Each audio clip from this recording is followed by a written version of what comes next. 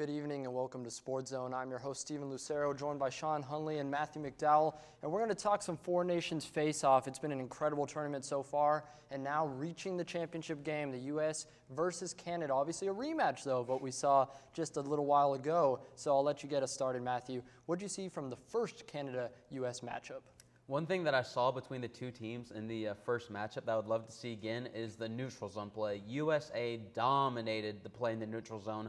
I mean, you can talk about guys from Canada like McDavid, McKinnon, Crosby, how fast they are, how skilled they are with their hands.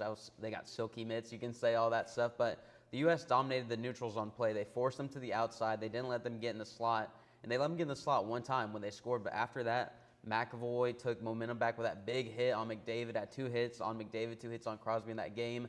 The USA shut it down after that big hit. I mean, Eichel in the neutral zone, like I was saying, dishes it over to Gensel. They even the game up, and they pretty much run away with it from there. Yeah, the U.S. played really well throughout that game. Obviously, we got started, though, with a little bit of drama. 3 fights in about 9 seconds for both teams. I'll let you go, Sean. Canada, U.S., obviously, it's become more than a game. It's a rivalry at this point, beyond even just hockey, it feels like. So I'll ask you, what do you think about those fights, and do you expect some more tension going into this championship game? I mean, yeah, it was huge. I mean, it was the first time that the U.S. and Canada have played in, a decade plus. I mean, it's been forever. And, it was huge, I think, especially for the Kachuk brothers to kind of go out there and really set the tone, especially for the U.S. players that, have a lot of these guys, it's their first time playing for their country, in a best-on-best USA versus Canada. I mean, 2 of the top dogs as far as hockey is concerned. And so just the environment, the crowd, all of it just, and then boom, the minute the puck drops, there's just a fight right off the bat. And then, of course, it was Kachuk getting started, and then his brother Brady followed it up. I mean, just nuts. And then you see little JT Miller going up against Colton Parayko. I mean, I didn't know what to expect in that fight, but he held his own. But I mean, it was good for the U.S. to kind of just set the tone, especially for their players. Like, we're not going to be the little, the underdog in this. Like, we're going to go out there and we're going to go win this game. And whether it's going to be physicality or it's going to be with the players we have. And obviously, like you mentioned, the big hit on McDavid, which set up Jake Gensel to get his first goal. I mean, huge for a guy that's been a first time playing in a best-on-best tournament. I mean, you got the entire Bell Center just roaring at you. And so that right there was just like crowd silence. I was like, all right, cool, let's go to work. And, obviously it helped that Bennington just kind of let that one slide past. Unfortunate for him, but you know what? I'm not going to complain, especially with the fact with how well the U.S. played once they got that goal. Just so great to see the United States and how well they played. Yeah, it was an absolutely incredible game. Obviously, they get the 3-1 victory. Now, going into basically the rematch in this championship game, I expect Canada to hold a little bit of a vengeance. I don't expect either team to go down easy, but obviously this returns to Boston tonight, so make sure to watch. But it's going to be exciting. Let's get a little bit of a preview going. Lots going to be going on. How do you expect this game to compare to the last one, Matthew?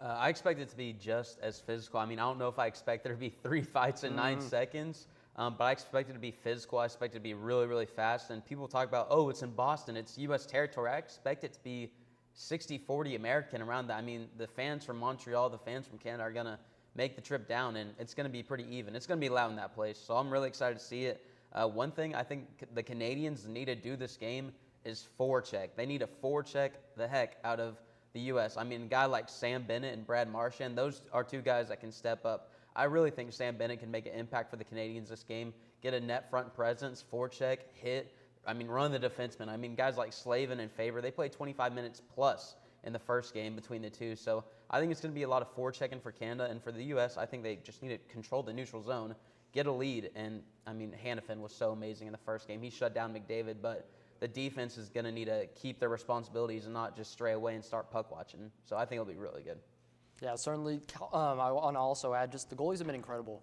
Connor Hellebuyck for the U.S. team he's obviously undefeated. The 1 loss was for Ottinger, but he's been excellent. And then obviously for Binnington on the Canadian side, it's going to be a good matchup.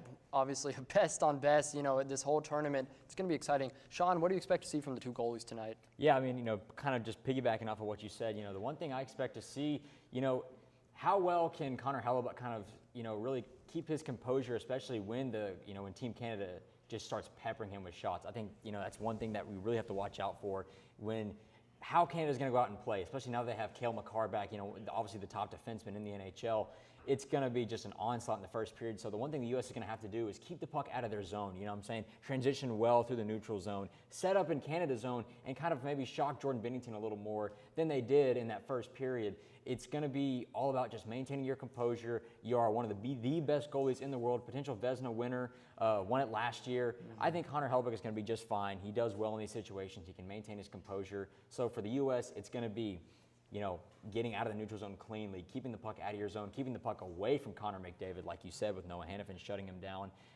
And of course, now they don't have Charlie McAvoy there. Yes. So it's going to come back to the Tkachuk brothers, maintaining that level of physicality, especially on those Canada players that have been playing in these best-on-best tournaments like Sidney Crosby, like Nathan McKinnon. I can't wait to see what the U.S. is going to do. Yeah, certainly. And then for Canada's side, like you said, they're so stacked. You have so much experience and just so much sheer talent on this team. I think maybe they've had a little more trouble throughout the tournament than maybe they were expecting going in. So I'll ask you, Matthew, how do they adjust in this championship game? I mean, I think even though they lost the U.S. game, which they don't want to happen, when you lose a game, you have a lot to watch film and grow upon. And going back to the goalies, people talk about, Binnington's the reason they're losing. Binnington's been so bad. At even strength, 5-on-5 play, he's got a .917 save percentage. I mean, when you're allowing, 2 goals a game pretty much, I don't know how you can be super mad at that. The only game he allowed 3 goals in was against Sweden, and that went to overtime. So, with the Canadians, they need to get in the zone with Makar. I think he's the most important part of this game. Special teams will be a huge part of this game. If they get it, they need to go high to low, get in front of the net, make life terrible for Hellebuyck. They just can't shoot it from the outside, shoot it from the slot. Here we say their power play when Makar was in. They got it down low. They went up high there, went to Crosby. Crosby to McKinnon, I believe. McKinnon buries it. So they need to go high low. They need to get in front of the net, and they need a forecheck. This Canadian team's got loads and loads of flash, as we see Marchand buries that 2-on-1 there. But they need to get physical. They need to get mean with it. Back in the day, the Canadians outskilled and outmuscled the Americans on top of all the other great hockey nations, maybe besides Russia. But they need to forecheck and really bring it to the U.S. They need to be physical with them and not just get pushed around. The Tkachuk brothers, they've just got a reputation for them. They're arguably the 2 biggest American stars in hockey right now. And the type of hockey they play. They're physical, they fight, they can score goals, they can do all of it. So I'd say the Canadians need to be physical this game a lot more and really ride those defensemen into the boards. Yeah, definitely. I think physicality is going to be a huge part for both teams. Obviously, the United States now, you got this win, but here you are in the championship game, all the stakes. It's hard in any sport to beat a good team twice. Sean, what do you think the U.S. needs to do or continue to do to really get this win? Play your game, especially how you did in that first hockey game. You literally maintained the level of physicality that you did, especially whenever Drew Doughty tried to push down Matthew, and then here comes brother Brady just slamming Drew into the boards. Drew Doughty's a big man. Yes. So to be able to do that, just seriously, watch out for McDavid. See where he's going to go with that puck. It's hard to catch up to him. You're not going to catch him, but if you know kind of what he's going to do and who he's going to get it to, you can just kind of throw your stick in there. I saw the U.S. did a great job of just kind of breaking up their passing. Not letting them get set up right there in the slot area. To where Hellebuyck might get screened and can't really get a hand on it. So really the U.S. just has to maintain that level of focus they did in Game 1. Really in the second period, whenever they were able to rely on their defense a lot. So that's one thing I want to see is how the U.S. can just kind of maintain that composure, especially with Makar on the ice. Yeah, it's going to be an incredible game. And before we get to our predictions, I just want to ask, I'll go with you, Matthew. Everything, beyond just these 2 teams, this 4 Nations Faceoff has been, I think, incredible. It's lived up to the hype and then some for Sweden and Finland. Obviously, not quite the results they wanted, but for the fans, at least, this has been an incredible showing. I'll ask you, what have you thought about overall this inaugural 4 Nations Faceoff and how it kind of helps and contributes to the future of international hockey? I think it's been amazing. When you pay $2,000, $1,000 for a ticket in Bell Center, Montreal, you get what you're paying for. We saw over the past week in the NBA All-Star Game skills competition. It was a joke. We'll talk more about that later. Who's paying for that? But you pay 1,000 tickets, 500 tickets for nosebleeds in the Bell Center. Those people live, breathe, sleep hockey, and they got what they wanted, obviously, besides a win. USA got that one. But, you know what you're getting for in this. It's going to be intense, it's going to be fast, and it's going to be must-see TV. And I really hope, even though we got the news on later tonight after Sportszone, I really hope people tune into this game. It's just grown the sport so much. Hockey isn't a sport where you see gradual growth in the United States. It goes in spurts. Yes. You see like the 1996 Olympics spurt. You see the 2010 Olympics spurt. You see in the 2025 Four Nations Faceoff. It's a huge spike of growth for fans and people around tuning into hockey. I mean, I've never seen Twitter or any social media buzz about the NHL and hockey as a whole as it has in the past week or so. So I think it's been great, and I mean, everybody's talking about it. Absolutely, everyone is talking about it, and we're running a little low on time here, so let's get to predictions real quick. Sean, who do you think wins this championship game tonight? I've heard a lot about it all day, especially at work. You know, a lot of the sports guys think, oh, U.S. can't compete with Canada. They got McCarr back. It's going to be a tough game. I think the U.S. can compete with Canada. They showed we can beat them in a best-on-best tournament for the first time in 15 years. I think the U.S. can win it. I'm going to say 2-1 in overtime because with the way the stakes are in this game, it's going to be a low-scoring game. It's going to be who blinks first. What are you going to do whenever you see Connor McDavid coming at you? Can Connor Hellebuyck make that big save whenever he needs to? I mean, after that first goal, whenever just top shelf, got around two guys and just went right behind his back shoulder. I was like, oh man, that's a tough one. So I'm going to say a 2-1 game in overtime. All right, Matthew, one word: Canada or U.S.? U.S. 3-2, Austin Matthews game-winning goal. All right, I'm going to have to agree with you. I think the U.S. wins this one. I'm going to say 4-3. I'm going to give it a little more scoring. I'll go with overtime as well, though. But we got to get to another sport, and MLB spring training coming up next. Craving something fresh, flavorful, and made just for you? Look no further than Avesta, your go-to destination for a delicious, full-service dining experience. Dive into our customizable omelets, expertly crafted by our talented cook Jonathan, who guarantees every bite is perfection. All our dishes are handmade, prepared with only the freshest ingredients. Explore our assembly line where you can choose from any of our globally inspired dishes, or customize your plate. It's that easy. And let's not forget dessert. Indulge your sweet tooth with treats from Clark Bakery. With convenient payment methods including card or flex, it's the perfect dining spot for any occasion. Quench your thirst with our wide selection of drinks. Just hand your drinking card to our friendly waiter, and they'll bring your beverage of choice right to your table. When you're done savoring every last bite, our attentive staff will whisk away your tray. Enjoy the peaceful ambiance as you dine in, or use our takeout option for a meal on the go. Avesta.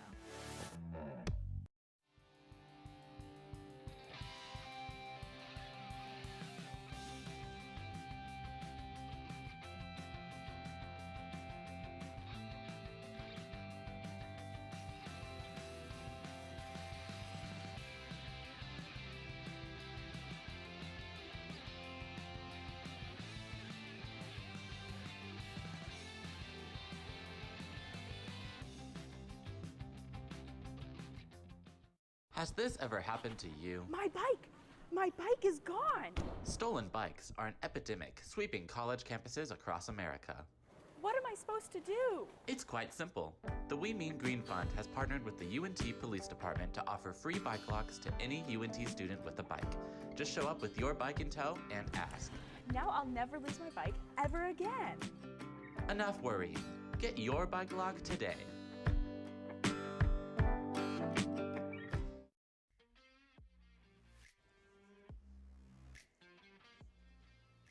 Welcome back to Sportszone. I'm joined by Oscar Chavez and Ian Sparkman, and we're going to talk some MLB baseball spring training in full swing as the baseball season is finally back. It's been a long off season with a lot going on, and we're gonna dive right into it. Obviously, moves have been prevalent. The Dodgers have been the Dodgers, so I'll let you start us off, Ian. In your opinion, what do you think has been the biggest move this free agency? I mean, overall, just as a team, it's hard to argue with anyone but the Dodgers. I mean, bring in our own Kirby Yates, unfortunately, yes. Tanner Scott as well in the pen, and then, of course, Roki Sasaki, massive international prospect, showed us what he could do in the World Baseball Classic last offseason. Blake Snell as well. I mean, just a ton of guys, absolutely loaded rotation. I also love Corbin Burns, the D-backs. I think that's a big deal. That really gives them that bona fide ace to go along with Merrill Kelly and Zach Gallen. So there's been a lot of big moves. All those pitching moves, I think, are going to be really impactful throughout the season, though. Yeah, definitely. Obviously, throughout the entire league, lots and lots of moves. But the Dodgers, it just feels like money is unlimited. I mean, they bring in Sasaki on, pennies on the dollar with his international thing. Blake Snell, Cy Young just a couple years back. It feels like the Dodgers, coming off a championship, have just gotten greater. And, I mean, I'll ask in a minute, but Oscar, who do you think has had the biggest offseason, either team or player-wise? The player-wise, I would say Juan Soto. Okay. I mean, he goes down the street, doesn't have to move very far to the Mets. completely betrays the Yankees. But he gets what he deserves in that big old contract. What was it? Something like 15 years, 700 plus million? I mean, that's just something that does not happen. And he got everything down to the T on what he wanted. It's a top 5 player, but it's more sending a message to the Mets. This is a struggling organization for the past couple of years. They've gotten back to relevancy, but now their aspirations are World Series or nothing. Yeah, and I think that's just about right. For the Yankees, obviously, you're right there. You get to the World Series, you lose one of your stars in Soto. The Mets, kind of the little brother to the Yankees, I think, for a lot of years. But now they say, no, we're going to take your star. We want to win now. So I'll ask you, Ian, do you think the Yankees were a bit surprised and a little caught off guard by this? I think they were. It kind of seemed like it was leaning the direction all offseason that they were just going to bring him back. Yeah. That's a lot of what I was hearing. They don't bring him back. They end up paying for Max Fried. Is kind of where they put their dollars instead. Bit of an overpay in my opinion. They paid him, I believe it was $210 million, which is a lot for Max Fried. That's more like Blake Snell money in my opinion. Yeah. But it's I think they were caught off guard by it. I think they'll be okay though. I mean, they're still an absolutely loaded roster, top to bottom. So I think they'll compete in the AL East. We'll just have to see how it goes for them. I wouldn't say they were caught off guard just because throughout like all of the playoffs, World Series, he wasn't giving any commitment, any indication that, hey, I want to be here for the long term. He wanted to just get the bag, and it was evident. I think that at least. So Judge wasn't going to talk on it much. He obviously is going to say, let me welcome my player back. Let me welcome a top 5 player back. But it seemed like that top 5 player just did not want to stay up there. Yeah, I mean, he got his bag for sure. 15 years, I believe it was $765 million. None of it deferred, by the way. None of this Ohtani stuff. He's getting it all in very, very due time. So for Juan Soto, though, the one sort of caveat in the contract is there is an opt-out after 5 years. So if he, stuff doesn't go well, he can bail out, maybe go somewhere else. But overall, I'll go with you, Ian. Do you think this is a good move for the Mets, giving this kind of commitment to Soto? I think it is. I mean, he's still a very young player. Yep, 26. He's still got a lot of fantastic years left, still a lot left in his prime. So I think it's a great move for him. I think that it's like you were saying, Oscar, it's a win now move. They're bought in right now, and I mean we'll see if it pays dividends for him. It's a stacked division that they're in the NL East. So we'll see if it pays off for him. I think it is a good move though.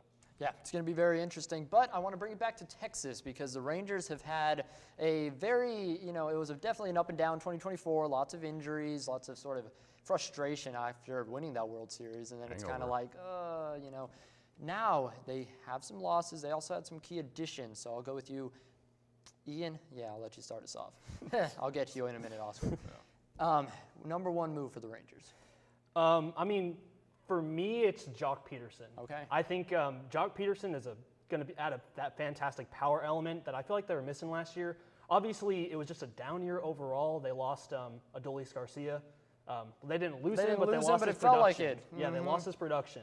Yeah. He had a major slump last year. I think he'll be better this year. But they need to have more of a guaranteed power bat, and that's exactly what Jock has been his entire career long. He's going to provide that thump in the lineup for him. Yeah, absolutely. That's going to be exciting to watch. Oscar, obviously, a lot of these guys had a down year. We talked about Garcia. I mean, we had so many injuries. It felt like Heim, Taveras, all these guys that were, near all-star Golden Glovers just kind of fell off a little bit. We'll see if they can get back on track. But, Oscar, who is your biggest addition? So I got the other power bat in Jake Berger. Okay. I was really debating between Jock or Jake, but ultimately I got the guy who's on the field the whole time in Jake Berger. Now he's making the move from third base to first base. There's a little question right there. However, Chris Young and Bruce Bochy both believe in the guy to play it. He's replacing a Gold Glover. I mean, this isn't no slouch in the park, right?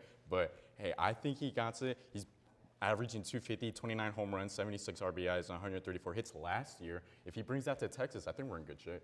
Yeah, I think so as well. And obviously Nathaniel Lowe, it's a loss. I think a lot of Rangers fans really liked him, Golden Glover and Silver Slugger over the last couple of seasons. So definitely no slouch at all. But Berger, see how he can fill in that first base spot. Jock Peterson actually took some reps at first base early in spring training. We'll see if anything develops from really a kind of long-time DH. But I'll ask you, Ian, who do you think was the biggest loss for this Rangers team? I mean, I don't think there's any question about the biggest loss. It's Kirby Yates. Okay. I mean, you're losing an all-star closer. Last year, he had a 1.17 ERA, 33 saves. He was phenomenal last year. And now, instead this year, trading it, you lose Kirby Yates. You also lost David Robertson. Not as big of an individual loss, but it kind of just represents the overall loss you're getting in the bullpen. They had to replace basically everyone. They signed 5 relievers this offseason. trying to replace that production. So I don't think they can replace what they lost in Kirby Yates. Yeah, I completely agree. It's really been an entire overhaul of the bullpen. I mean, you look at it top to bottom, it just feels like it's all brand new. You lost Leclerc, you lost Kirby. Robertson, I'm still kind of like hoping they bring him back. He's still a free agent. We'll see. But for Kirby Yates, yes, that's an all-star and an incredible closer. I think probably the most solidified closer throughout the entire regular season you've had in a long time. For me, in terms of not necessarily an addition, but bringing back Nathan Eovaldi, I think was huge. That is a pitcher that was monumental in your World Series run, and I think bringing him back to Texas, absolutely huge. Look for him to probably be your opening day, maybe starter, maybe second day if they give it to DeGrom. We'll see. Oscar, though, who do you think was the biggest loss for the Rangers? So the biggest loss, I hit it a bit earlier. I got Nathaniel Lowe, Okay, Gold yeah. Glover at first base. We're putting in Jake Berger. As I said, he hasn't played first base, so we just can't fully trust the guy to be there. Yes, I said Chris Young and Bruce Bochy do believe in the guy, but how much do they really believe? How many balls can he pick up out that he's just not used to? So Nathaniel Lowe, we just miss him as a defensive guy and a bat. Yeah, I agree, and I think one more name I got to throw out there is Max Scherzer. I've been fortunate to see him play in person the last couple years, had a couple big wins, reached that strikeout milestone. For me, though, with Scherzer, he's getting older. He's had the injuries. I understand not bringing him back, especially the Blue Jays gave him a pretty big contract, but he was still repping the Texas bag, even Toronto, so I'm going to miss him a little bit. But aside from that, the Rangers have reloaded despite losses and gains. I think they're in a pretty good spot. I'll ask you, Ian, do you think they have what it takes to compete in this AL West? I absolutely think that they do. Oscar and I were talking about this before the show. None of the teams in the AL West got better. Matter of fact, they got worse, right? The Astros, our biggest competition, in-state rival, right? They only got worse, right? They lost Kyle Tucker. They traded him away to the Cubs. They traded away Ryan Presley to the Cubs. They also lost Alex Bregman free agency, the Red Sox. So they only got worse. Mariners didn't do anything to get better, right? Angels and Athletics are just there, Yeah. you know. That's about right. And so I don't think that I'm worried about anyone else in the division. I think it's the Rangers to lose, truly. All right. And I absolutely agree as well. I think the only team that got better in the AL West, other than the Rangers, were the Athletics, and hoorah, they never get better, so no one's gonna really worry about the Astros. As you said, they lost about everybody important other than Altuve, so, I mean, losing Kyle Tucker, come on, guys. Houston, what are we talking about? You just lose a top five, arguably a top five hitter in the league, so it's just a big loss for an AL West team like the Houston Astros. Yeah, definitely. That trade caught me a little bit off guard, I'm not going to lie, but hey, I'll take it. I'm happy with it. But for the Rangers, their first spring training game is this Friday against the Kansas City Royals. We'll see how they can do with that. But for now, we're going to move to some UNT men's basketball. Haunting the depths of NTTV studios. Something special is brewing just for you.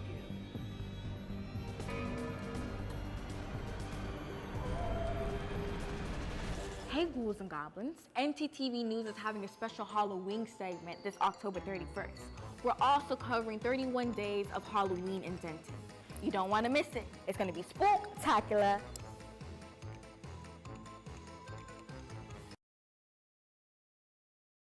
There's no harm in wanting to have fun while in college, but it's easy to lose track of how much you've had. Apps like Drink Control and Alkadroid can help keep track of your consumption and blood alcohol levels. If you or someone else does drink too much, the signs of alcohol poisoning are as follows: pale skin, vomiting, confusion, low body temperatures, irregular breathing, blacking out, and is hard to wake up or cannot be woken up. Dude, are you okay? Hey, what's wrong? Wake up. It's an exciting time of year, but it's important to be responsible. If you suspect someone is suffering from alcohol poisoning, get help immediately. You will not get in trouble for seeking help if you are underage. For more info and resources, go to UNT's Division of Student Affairs.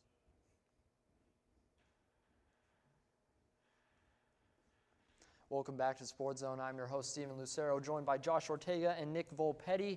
And now we're going to talk about some UNT men's basketball. They've had sort of their ups and downs throughout the year. Went through a little bit of a slump, but now they put together some wins in a row. You know, had a big win at Rice about a week ago, and picked up a really dominant win against Tulsa last night. Yeah. I was pretty happy to see that. So I'll start with you, Nick. What have you seen from this UNT team throughout the season? I mean, like you said, it's been some ups and downs, but I think for the most part, it's been a pretty good season. I mean, you can't really complain about the record they got right now. Only 6 losses at this point in the season is really impressive, especially after last season. You know, it was even more ups and downs. They were almost at like exactly 500, and I think it's been a really big improvement. we're almost at the win total that they had last season, which I just think is great. And that game against Tulsa was crazy. They only held them to 44 points. I mean, that's just a really good performance.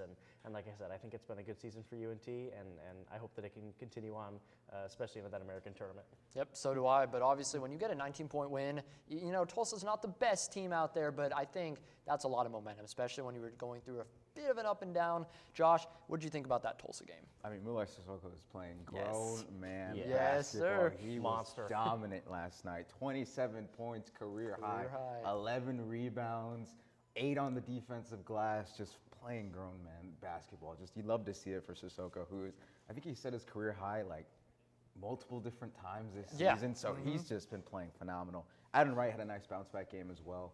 Obviously, playing yesterday, went into the break with only 3 points, came out with 15 in the second half. So phenomenal day for him. Overall, it's just a great win. A very good win, setting you up for very good games going forward. Yep, Sissoko is so cool, as we like to say. Shout out, Jess. He's been absolutely incredible this season. And for me, it's like everything I've hoped and dreamed for him has come to fruition. Through the past, I mean, he's been here quite a few years now, and I talked about it so much last season. I was like, if Sissoko can just put it together, be that big man that UNT needs, man, it'd be exciting. And that has absolutely happened this season. Like you said, he set multiple career highs. This is the most recent this year, but he's been dominant, finally punishing on the boards, really focusing and keying in on his game. He's finally found it. So excited for Mulai. He's going to be a huge part of this team going forward. So I'll go to you, Nick. Aside from Sissoko, who else are you excited to see going forward and maybe you think needs to step up just a little more? I mean, I think Atten Wright's been great this season. I mean, I think he's been like the one guard for UNT that's been the most consistent. And I do think a couple more of those guards, you know, I mean, guys like Giselle, I mean, I think they need to step up a little bit more. I mean, I don't know if it's necessarily been bad, but I think that's probably UNT's like weakest position, especially matching up against a team like Memphis, who has great guards like PJ Haggerty and Tyrese Hunter. I think that they're going to need to step up a little bit more to be on a team like Memphis's level, who's probably their #1 competitor in the American Conference. Yeah, I think that's a great point. Obviously, you point to Memphis. That's the one team that's kind of like, they're in our way right now. We came close the last time we played. Unfortunately, we don't get another regular season matchup against them. But like you said, guard play is going to have to be on point. I'll go to you, Josh. What are you thinking about Atten Wright? He's had some ups and downs. He's been incredibly clutch at times. At others, especially recently, he's been struggling just a little bit, facing a lot of double teams. How do you think he and the team can continue to adjust going forward? I think really just getting him going early. Last night, 3 points at half for one of your best players. It can't happen. It just can't happen, right? It's so hard to get into a rhythm in a second half of a game where you're just trying to be who you are. And Atten Wright's a shooter. He's going to take open looks. But he's got a 95% free throw percentage. Get him to the line, right? Drive, do everything, right? And just overall, he's been playing great, but just that consistency needs to stay at a level to where it's happening more often than not. And overall, I think in terms of the guard player as well, I think Giselle really just having him hit more threes, how he's shooting 30% from both field goal and three-point percentage. Overall, just really needs to come off the bench and just allow that punch. Like you have Bilo coming off the bench, who obviously didn't have a great game last night, but who allows that punch. So you kind of have that second guy. But overall, that's what I'm looking forward to with these players. Yeah, definitely. Massey, a guy we just saw in that graphic, I think he's stepped up, especially in clutch time. We just saw it there recently. He's a guy that I've seen throughout the season, coming off the bench most of the time, but he's really made impacts. He's kind of been that, in a way, a change-up type of player for me. He's really stepped up big recently. Could you see him kind of continuing to progress in his role and maybe being big down the stretch for UNT, Nick? I mean, I think he'll have to be if UNT is going to win the American Conference, which I think is certainly their goal right now. It gets that automatic bid into March Madness, which is what you're looking for. It'll be the first time in 4 years. I think this team could maybe be one of those teams that could pull off an upset in March Madness too. So I mean, if he can get going, if their guards can get going in general, if Atten Wright can be better than 2 for 12 in the clutch, that's not exactly what you're looking for out of your guard. But yeah, I mean, if Massey can continue to be good in the clutch and Wright can step it up a little bit, then I think they'll have a good chance. Yeah, another player I wanted to mention was Brendan Lorient. We talked about him a little bit earlier in this season, wondering, could he kind of maintain being a starter? He's kind of filled in a couple times, but mostly he's been your sixth man per se. But he's been really good, scoring 10 points, I think 10 times out of his last 12 games. He's really been strong, really solid. Lorient, and also a key defender. I'll ask you, Josh, how do you think Brennan's impact is going to continue to be big for this team going into especially tournament time? I think really coming off the bench, it's his length, right? Yes. It's just what he does on the offensive glass. You see it there. But overall, it's his length, it's his ability to just being extra big, almost for lack of better words, but be athletic. He's creating his own shot. His jumper, I think, is one of the best in the conference. And overall, what he does offensively and defensively is really good. So he's definitely made it the argument to be a starter. Obviously. Yep, we saw some great play against Rice a couple games back, seeing UNT here. And Lorient, like you said, they put him in the starting lineup, hasn't kind of worked as well as maybe they hoped. If he's a six-man, he's going to be dropping 10-plus every night. Hey, leave it alone. I'm fine with it. So I trust Ross Hodge to trust him and to kind of find that role. This is a team that doesn't rely on just one guy. We've seen it throughout the year. They are a team of everyone. We saw last year Jason Edwards, kind of a guy that really took over. It was kind of his show, all about him. This team feels very different to me, spreading the love. Atten Wright hitting a three right there. It just feels like it might be a new player to step up each game, but no matter what, UNT's been making an impact. So next game against USF, it's going to be interesting, see if they can kind of keep this momentum going. Nick, what are you looking to see out of them in that game? I mean, we were just talking about Brennan Lorient. I think that he could have a big game against USF. Most of their talent is guards. They're not one of the most talented teams in the American, but their talent does come mostly from the guard position. And like we said, he only scored 2 points against Tulsa, had a better game here against Rice. But I expect him to maybe get back into that, maybe even like 15-point range. And if he can do that, then I think the UNT will have a good chance to win. Look for guys like him and Sissoko to do a good job inside, because most of USF's talent doesn't come from the big man positions. Yeah, absolutely, and that's a big point right there. USF, they've struggled a bit, especially on interior defense, and that's something that guys like Lorient, I think, maybe could feed upon. Josh, would you look to have that big kind of maybe breakout game against USF? It's so hard because all these players just spread the wealth, right? You think about one guy going off, and then another guy goes off. But overall, I think maybe you can see maybe Jasper Floyd, who had a really nice game last night. Just spreading the wealth, creating opportunities. Atten Wright, I think, will continue to play phenomenal, and overall, I think. This team, I know B-Lo will bounce back, so I'm going to say B-Lo. All right, awesome. And there's Sissoko again, just dunking right there. Slam dunk. I know, right? I mean, he almost brought down the rim. He's another guy, like always, I'm excited to see. But here we go. Now we're getting closer and closer to tournament time.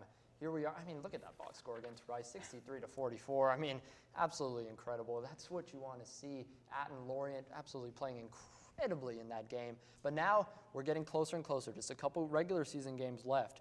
Josh, how do you think this team will fare going into the AAC tournament? I mean, I would be shocked if they didn't finish outside the top three. I mean, it's just really they've been playing great basketball all season. 19-6 in the conference. You're 1.5 games behind Memphis, who have been the top dog. So overall, I would be shocked if they just finished outside the top three at the end of the conference, meaning that they're playing teams around the middle of the pack. FAU will probably be their biggest game heading into this second half of the season, where we're heading in towards March and stuff like that. But overall, they got a really favorable schedule. They got a lot going forward in the conference table. So I definitely think they could make a splash in that conference tournament.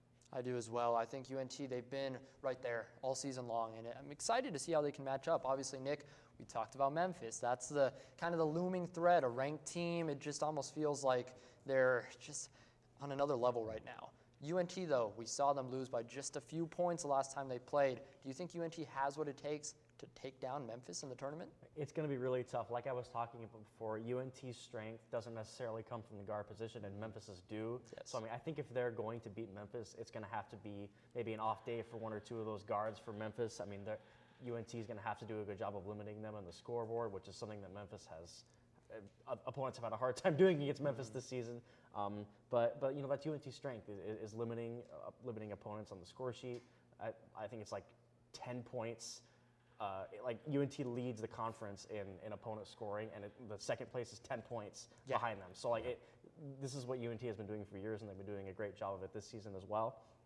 I think if they can limit Memphis on the score sheet, keep those guards in check, they'll have a good chance to beat them. But like you said, they're a ranked team. It's going to be really tough. So I'm looking forward to see what will happen in the conference tournament. Yeah, it's not going to be easy. But like you said, UNT's defense has been on point this season. We're going to have to see. But now we're going to shift from college to the NBA and talk some Dallas Mavericks basketball. Looking to open a free checking or savings account but don't know where to start? Check out DebtQ Credit Union right here on campus. Get your Mean Green debit card instantly or apply for a DebtQ Visa credit card today. Your school, your card. Plus, make deposits at their 24/7 ATM, checks or cash whenever you need it. Make sure to sign up for DebtQ's online banking platform and mobile app for easy access anytime, anywhere. Visit them at www.debtq.org to learn more. DATQ, the official financial institution of UNT Athletics.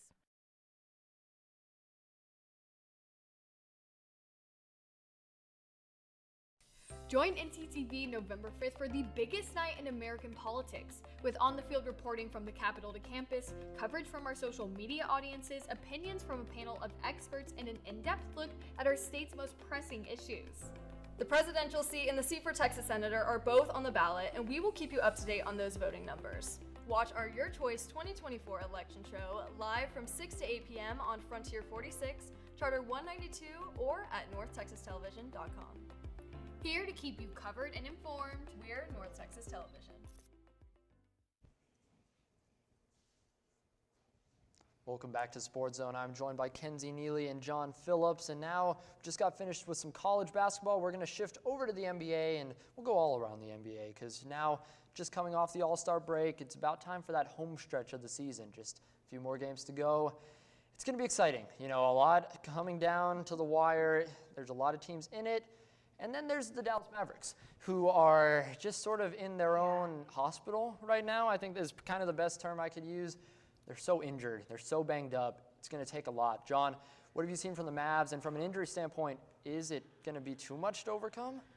It depends on what you mean by overcome. You know, like I think this team will make the play-in. You know, that they've had too much of a lead games-wise to miss the play-in. But they're starting Kessler Edwards at center. That's just not something you can sustain. You know, they signed Moses Brown, who's not very good. But Mavericks legend. Mavericks legend. back. Yeah. Hopefully, you know, the players that are out right now, PJ Washington's supposed to return soon. Yes. I think that they will return fast enough that it'll be completely fine and that they'll be the 8th seed or the 7th seed. All right, yeah, we'll definitely have to see Caleb Martin, another guy, but there is the Dallas Mavericks medical wing. We see AD out there. Even Dwight Powell managed to get hurt. I don't even know how. I mean, does he play? We got a Klay Thompson of sorts hanging out over there, so it's been rough for the Mavs. You know, I think that graphic just about sums it up. Number one for me is the center play because you're all here trading Luka Doncic. Don't even get me started on it this time. I think we talked enough last time out, but for the Mavs, you said defense wins championship, and all of a sudden your defense is laid out. I mean, for lack of a better word, Anthony Davis, Derek Lively, now Daniel Gafford, all hurt. They're expected to be reevaluated in 2 weeks. We'll see kind of how it goes from there. But Kenzie, all these bigs hurt. Who do you look to step up for the Mavs? I mean, like he was saying, Kessler Edwards is going to be their main person to go to for a center. But to step up in general, I just have to put it on Kyrie Irving. Yeah. I mean, he's the best player that we do have.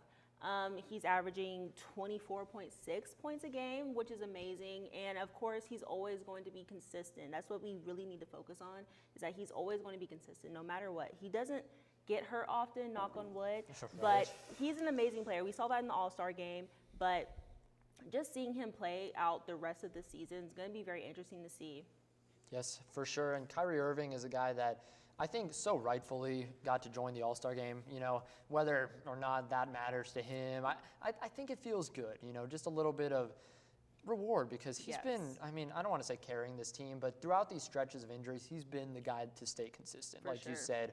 And Kyrie Irving, for me, absolutely is going to be a huge part of this. Big man, just hoping they can get healthy. I mean, Kessler Edwards is a kind of power forward, small forward hybrid, and he even said, he's like, I'm playing at center. Okay, you know, I'll do what it takes. You signed Moses Brown. You talked about they have Kyler Kelly. It's just like, well, you know, that's kind of who's available at this point in the season. So we'll definitely have to see from the Mavs standpoint. But I'll go to you, John. Who do you look to step up down the stretch to kind of keep the Mavs afloat? I think Kyrie's definitely a great answer because he does need to step up, but I don't think he will. I don't think he's that number one guy anymore. So I'm looking to the secondary guards. I'm looking to Dante Exum, to Max Christie, the pickups they've had recently. They had great games against Miami, you know, and I'm looking for those guys to pick up a lot of the secondary scoring load because Kyrie cannot do it by himself. He's not that good anymore. So okay.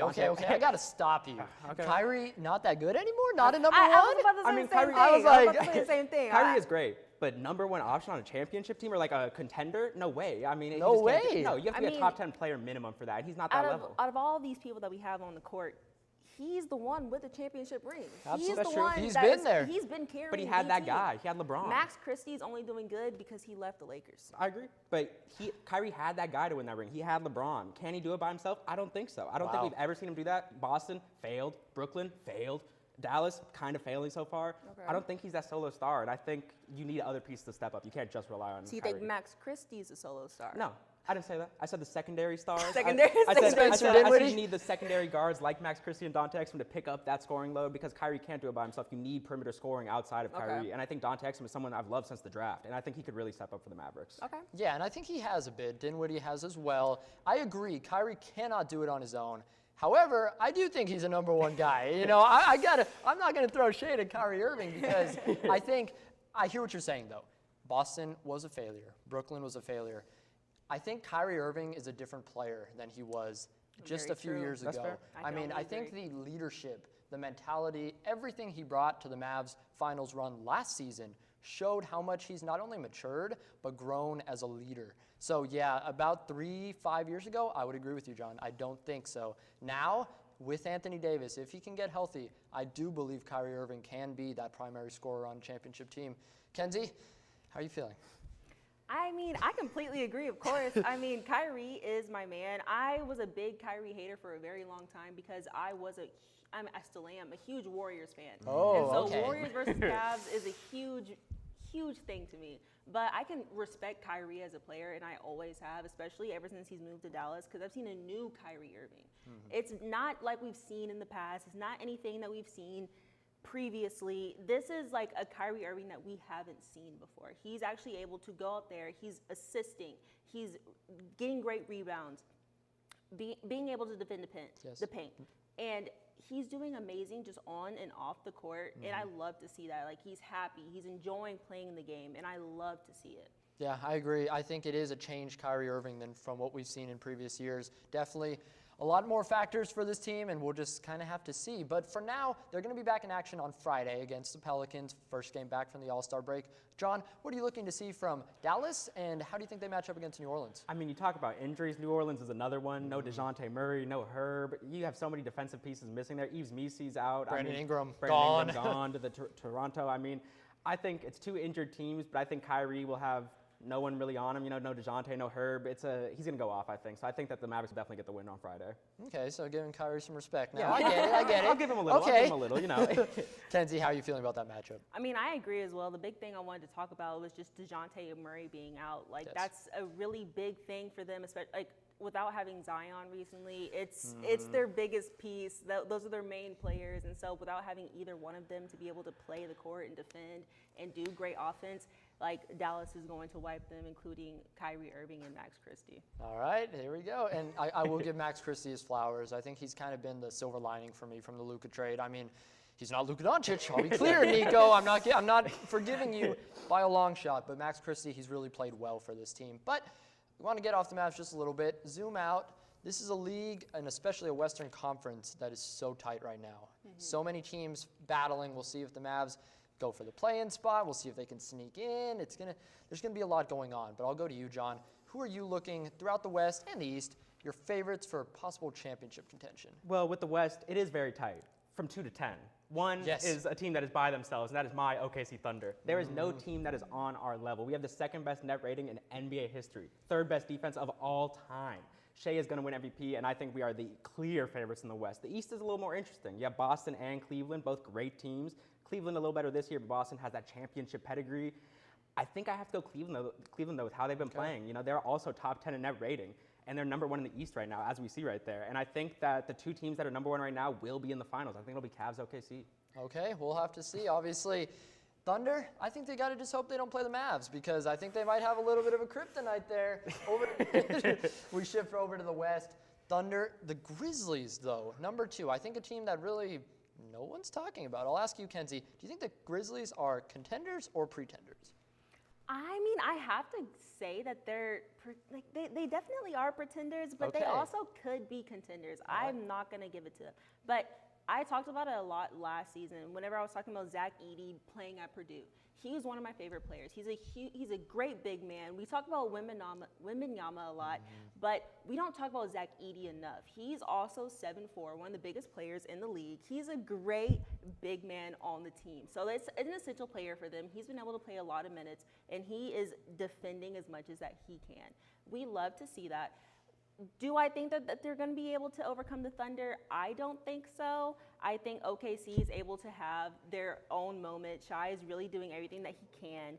But whenever it comes to the East and the Cavs, we don't see many number 1 seeds going all the way to the finals. Last time we saw that was with the Celtics, but besides the Celtics, it hasn't happened since 2016. So, and that was with Golden State Warriors. So I don't think that the Cavs are going to make it all the way. I think it could be the Celtics, and if not, I really am thinking the Knicks. Okay, the Knicks. Stephen A. liking that. So we'll have to see. Shai Gilgeous-Alexander's been absolutely incredible, playing at an MVP level for sure. And then Wemby, one guy I just want to talk about, not really in the playoff race, but now just announced today, had a blood clot in his shoulder, out for the season. That's definitely tough to see from Spurs fans. A lot of momentum bringing in De'Aaron Fox, and now Wemby gone for the year. How do you think that affects the Spurs going forward, John? Obviously terrible. Rest up Wemby. You know, that's what ended Chris Bosh's career, blood clots. You don't want the same thing to happen to him. Obviously, that was in his lungs. Yeah, a little so it's different a little than the different. shoulder for Bosh. But still a worrying injury. But definitely. I have to say there's a little bit of a silver lining. How did they get Tim Duncan on the Spurs? David Robinson got injured. How do they get another elite piece to play next to Wemby? Wemby gets injured. It sucks short term, but I think it'll help them add a piece in the draft that'll really improve their long-term future. All right, we'll have to see. This is going to be a tight race for the West and the East. Lots going on. We'll have to monitor it closely. But for now, we're going to move on, talk about some all-star games. Craving something fresh, flavorful, and made just for you? Look no further than Avesta, your go-to destination for a delicious, full-service dining experience. Dive into our customizable omelets, expertly crafted by our talented cook Jonathan, who guarantees every bite is perfection. All our dishes are handmade, prepared with only the freshest ingredients. Explore our assembly line where you can choose from any of our globally inspired dishes, or customize your plate. It's that easy. And let's not forget dessert. Indulge your sweet tooth with treats from Clark Bakery. With convenient payment methods including card or flex, it's the perfect dining spot for any occasion. Quench your thirst with our wide selection of drinks. Just hand your drinking card to our friendly waiter, and they'll bring your beverage of choice right to your table. When you're done savoring every last bite, our attentive staff will whisk away your tray. Enjoy the peaceful ambiance as you dine in, or use our takeout option for a meal on the go. Avesta.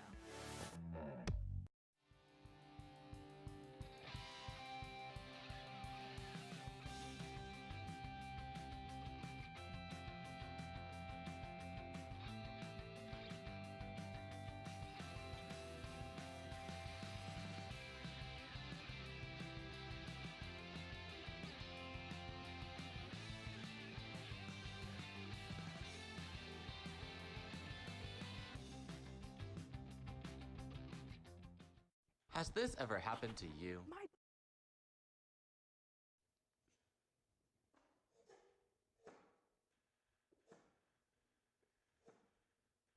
Welcome back to Sportszone. I'm your host, Steven Lucero, joined by London Stewart, Rohan Srinivasan. And now we just finished talking about the NBA. Now we're going to talk about the NBA and all the All-Star games throughout the leagues. The All-Star games have been a pretty hot topic recently. Lots of changes, lots of sort of good reviews, bad reviews, mixed feelings. It's basically been all out there. But I want to start with the NBA. We just finished with All-Star Weekend, brand new format. I'll start with you, Rohan. What do you think about the new format, and would you like this to stay going forward? I know you like it, but I thought it was okay, to be honest with you. What I will say, though, is that this was TNT's last kind of run, if you would say. And I like how they added them into it. You know, you got Chuck, you got Kenny, Shaq, everybody, even Candace in there. Yep. So in my opinion, I would like it if it was just for this year. Traditionally now, next year, I would go back to the original format, East versus West. If you want to do an NBA draft or, a last-minute draft, that's okay with me. But I would stick to the original format. It was good for this year. It's time to move on to the original one. Hey, I really like this new format, NBA. Let's keep this in there because we see East versus West in the years prior more of like they're scoring 200 points a game. And I really also like the format of a score limit as well. Okay. And this is also giving other players that are really good players an opportunity to make the All-Star game. But this is really entertaining because it's emphasizing and enhancing the competition aspect because they're playing for a trophy. They're playing in a tournament style. So this brings back those AAU memories that a lot of the NBA players played in. But I really like this style, and I hope they continue to go forward with this. But like the TNT, I feel like you said, one time, like a little special edition. Right. But other times, like switch it up. Let's, have other commentators, other like celebrities or something have a team. That'd be a pretty good idea as well. Okay, yeah, so I think there's kind of this debate between the sort of traditionalists of the NBA and the new style. I mean, what we've seen was a lot of highlights. You know, I think Steph Curry chucking up from half court, lifting that MVP trophy, once his second time winning it in the Bay. That's great, you know, I think, to see him. But beyond, I want to talk about the game. We saw the three-point contest. Maybe not the best one I've seen. We saw the skills challenge, Chris Paul and Wemby kind of just going like this, playing the system a little bit. I don't know about that. And then the dunk contest. We saw some guys that I think a lot of people haven't heard of. And then we saw Mac McClung. So, Rohan, what do you think about the rest of the All-Star games? I actually want to talk about what you said because I think it's really important to pin out that in the three-point contest, you don't have the best shooter in the world. So what do you expect? The product isn't going to be that good. 3 or 4 out of your 5 best dunkers on the planet or in the NBA aren't there. Mac McClung was there. And don't get me started about the skills challenge. I could not even watch that with Draymond. I don't even know what was happening there. But what I'm trying to say is that when you go into these tournaments, you have to have your best player for the product to be good.